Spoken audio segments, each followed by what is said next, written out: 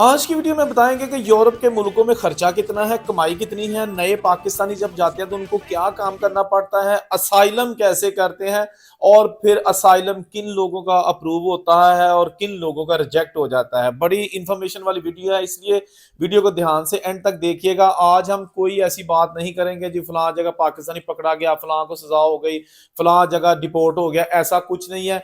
Just information देंगे। बहुत सारे लोगों ने कहा था कमेंट में कि हमें इंफॉर्मेशन चाहिए वहां की, खा वो बाहर यूरोप से बाहर रहते हैं या यूरोप में रहते हैं। तो सबसे पहले हम बात करेंगे यूरोपियन कंट्रीज में जो नए पाकिस्तानी जाते हैं उनको ऑप्शंस क्या होती हैं कि वो क्या क्या काम कर सकते हैं।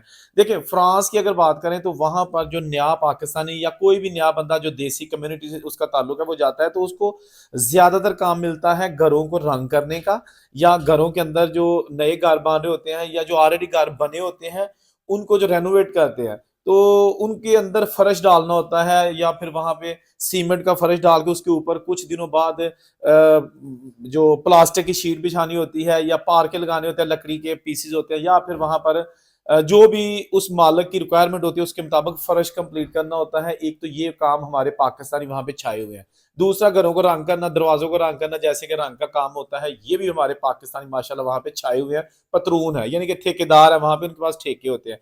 तीसरा बिजली का काम और घर के जो यानी कि प्लम्बरिंग का, बिजली का काम, ये भी हमारी जो है ना कम्युनिटी वहां पर छाई हुई है। तो अब बात करेंगे, ये तो हो गया काम जो नया बंदा जिसको कुछ भी नहीं आता, ये हमारे पाकिस्तानी पतरून उसको भी साथ ले जाते हैं और उसको कहते हैं कि चले आप साथ हेल्प करते जाओ, काम भी सीखो और आपको देंगे 40 या हद 45 यूरो एक दिन के।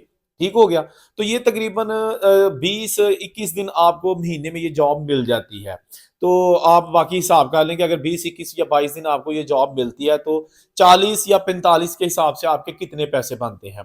तो ये तो हो गया नए बंदे का। लेकिन जो पुराना बंदा यही काम कर रहा होता है उसको 80 जो नॉर्मल है ना उसकी 80 या 90 70 इसके अराउंड जो है ना उसकी सैलरी होती है, जो इसका 2-4 साल का एक्सपीरियंस होता है रंग करने का या पार्के वगैरह सोल का काम जिसको कहते हैं। तो ये हो गया वहां पर नए बंदे के हवाले से। बाकी जो पतरून है, ठेकेदार है, वो तो उनकी तो कमाई का कोई हिसाब नहीं है, क्योंकि उनको तो दिहाड़ी के हिसाब से थोड़ी मिलेगा, उनको तो ठेके के हिसाब से जो बचत आएगी ना वो ज्यादा होती है।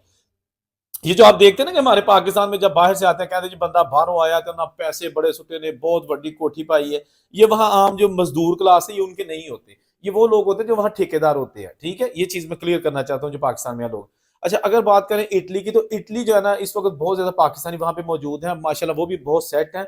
लेकिन नया बंदा जब वहां पे जाता है और वहां पर उसको काम क्या मिलता है, एक तो जुबान का मसला होता है, जुबान भी नहीं आती, इसलिए वो पब्लिक सर्विस में जो है ना फेस टू फेस लोगों के साथ ऐसी जॉब नहीं कर सकते जहां उनको इटालियन बोलनी पड़े। ये पूरे यूरोप का मसला है। जो नए लोग हैं उनको जुबान नहीं आती, फ्रेंच नहीं आती, स्पेनिश नहीं आती, पुर्तगीज नहीं आती, तो ये जनाब उनके लिए मसला है कि वो ऐसी जॉब करते हैं जहां उनको सिर्फ पाकिस्तानी कम्युनिटी के साथ ही बात करनी पड़े, पंजाबी बेचे, उर्दू जिस तरह भी। ठीक है जी। इटली में ज्यादातर जो नए लोग हैं वो काम करेंगे वहां पर खेती बाड़ी का, यानी कि अंगूर के फसल बहुत ज्यादा है वहां पे, उनकी टहनियां तोड़नी, जो नया सीजन आना है उसके लिए खेत को तैयार करना, फिर इसके साथ साथ फसलें काटनी, फल तोड़ने। और मोस्टली ऐसे होते हैं कि जो उनके जो ठेकेदार होते हैं वो उनको रहायश भी खेतों में ही दे देते हैं, फार्म हाउस छोटे छोटे बने होते हैं और उन्हीं में जो है ना वो रहायश रखते हैं। तो शहर वो कभी कभी जाते हैं महीने 2 महीने बाद। लेकिन बहुत सारे ऐसे भी हैं जो शहर में रिहायश रखते हैं, क्योंकि आपको पता है कि जिम्मेदारी का काम जो है ना उस खेतों से खेत जो है ना बाहर होते हैं शहर के। तो जो बाज लोग होते हैं उनके पास गाड़ी होती है तो वो 5 लोग उस गाड़ी में बैठ के, या जितने भी अगर बड़ी गाड़ी है तो वो चले जाते हैं वहां पर शहर में रहने के लिए, और सुबह सुबह जो है ना 5 बजे निकलते हैं और जॉब पे चले जाते हैं और शाम को इसी तरह वापस आ जाते हैं। उनकी दिहाड़ी जो है ना वो भी तकरीबन 35 या 40 यूरो एक दिन की होती है। या दूसरे लफ्ज में आप ये कह लें कि अगर घंटे के हिसाब से भी वो नए बंदे काम करेंगे तो 5 यूरो एक घंटे के उनको मिलेंगे। 5 यूरो, मैक्सिमम 6 हो सकता है लेकिन 5 यूरो ही मिलते हैं जो ज्यादातर मैंने देखा है। तो वो भी जनाब अगर 8 घंटे काम करते हैं तो 40 यूरो एक दिन के बनेंगे। उसमें 1 घंटा रेस्ट होती है, 8 से 5 बजे तक काम होता है, लेकिन 1 घंटा रेस्ट होती है, खाना शाना खाना रेस्ट करके फिर काम स्टार्ट कर लेते हैं। तो ये हो गया ज्यादातर नए लोग जो करते हैं। उसके बाद अगर आपके पेपर बन जाते हैं तो फैक्ट्रियों में काम बड़ा मिल जाता है। इटली में बहुत ज्यादा फैक्ट्रियां हैं, जूते बनाने की, फर्नीचर बनाने की और बहुत सारी चीजें बनाने की फैक्ट्रियां हैं, और वहां पर काम लोगों को मिल जाता है। और वो भी महीने का तकरीबन को 2000 जो यूरो है ना वो तकरीबन उनका बन जाता है 1800-2000 मैक्सिमम, इतना बन जाता है। इससे ज्यादा नहीं बनता।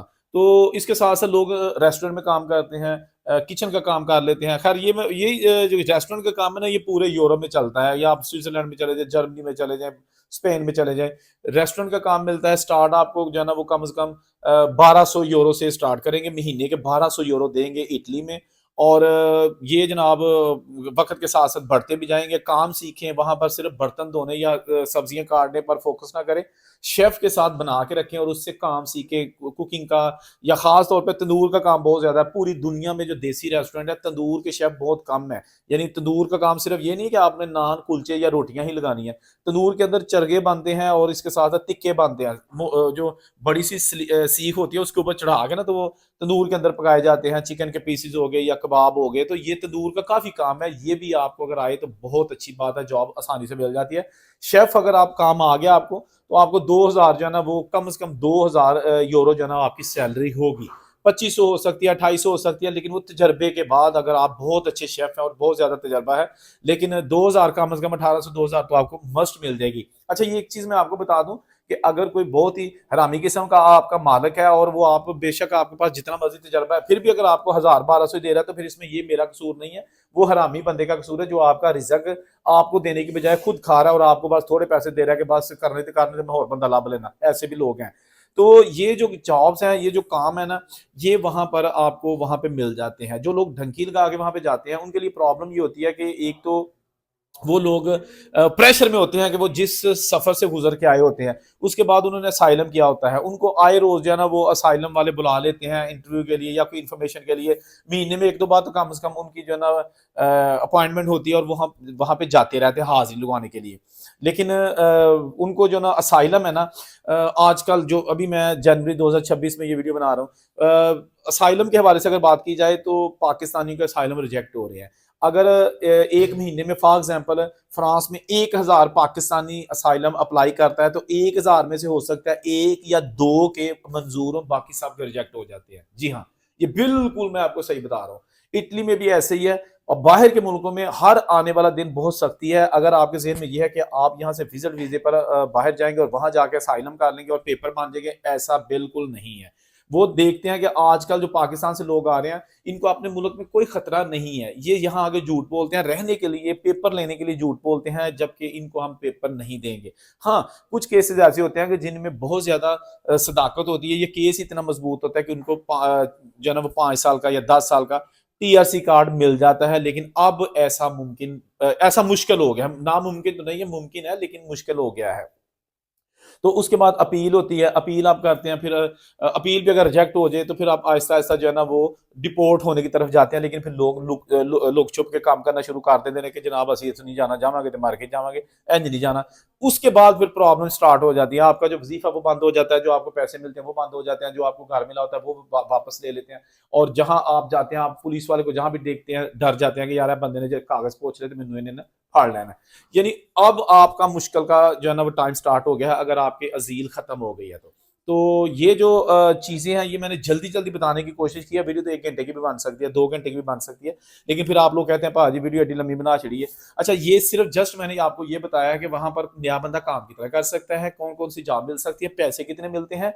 और असाइलम वाले आजकल जो है ना उनके लिए कोई अच्छी खबर नहीं है, यूके अमेरिका कनाडा वगैरह हो या यूरोप के कोई भी मुल्क हो, वहां पर असाइलम बहुत मुश्किल हो गया है। ठीक है जी। तो दूसरी वीडियो जब मैं बनाऊंगा तो उसमें मैं बताने की कोशिश करूंगा कि वहां पर खर्चा कितना हो जाता है, यानी कि पैसे तो आगे, बचत कितनी हो जाती है। यानी एक बंदा 40 लाख रुपया पाकिस्तान से लगा के एजेंट को देके यूरोप जाता है, तो वो 40 लाख रुपया कितने दिनों में पूरा करेगा, कितने साल उसको वहां पे काम करना पड़ेगा, तब जाके वो 40 लाख पूरा होगा और उसके बाद उसकी बचत स्टार्ट होगी। इसके लिए क्या पापड़ उसको बेलने पड़ेंगे। ठीक है, ये नेक्स्ट वीडियो में मैं आपको बताऊंगा, ताकि ये वीडियो ज्यादा लंबी ना हो जाए। तो मजीद अगर आपको कोई क्वेश्चन है, अगर आप कोई पूछना चाहते हैं, तो इस वीडियो में आप कमेंट कर सकते हैं, मैं कमेंट का जवाब दूंगा। और नेक्स्ट वीडियो में आपको ये भी मैं बताऊंगा कि अगर आप स्टडी वहां पे करते हैं, स्टडी के हवाले से खासतौर पर जर्मनी में स्टडी का तरीका कर क्या है, क्योंकि वहां पर बहुत सारे लोगों ने वीडियोस बना रखी हैं कि जी वहां पर कोई ट्यूशन फी वगैरह नहीं होती है, आपको बस अपने बैंक अकाउंट में पैसे ही शो कराने होंगे, रखने होंगे। तो सारी प्रोसेस जो है ना आपके लिए लेके आऊंगा। जहां खुश रहे और उनसे इजाजत दीजिए, अल्लाह हाफिज।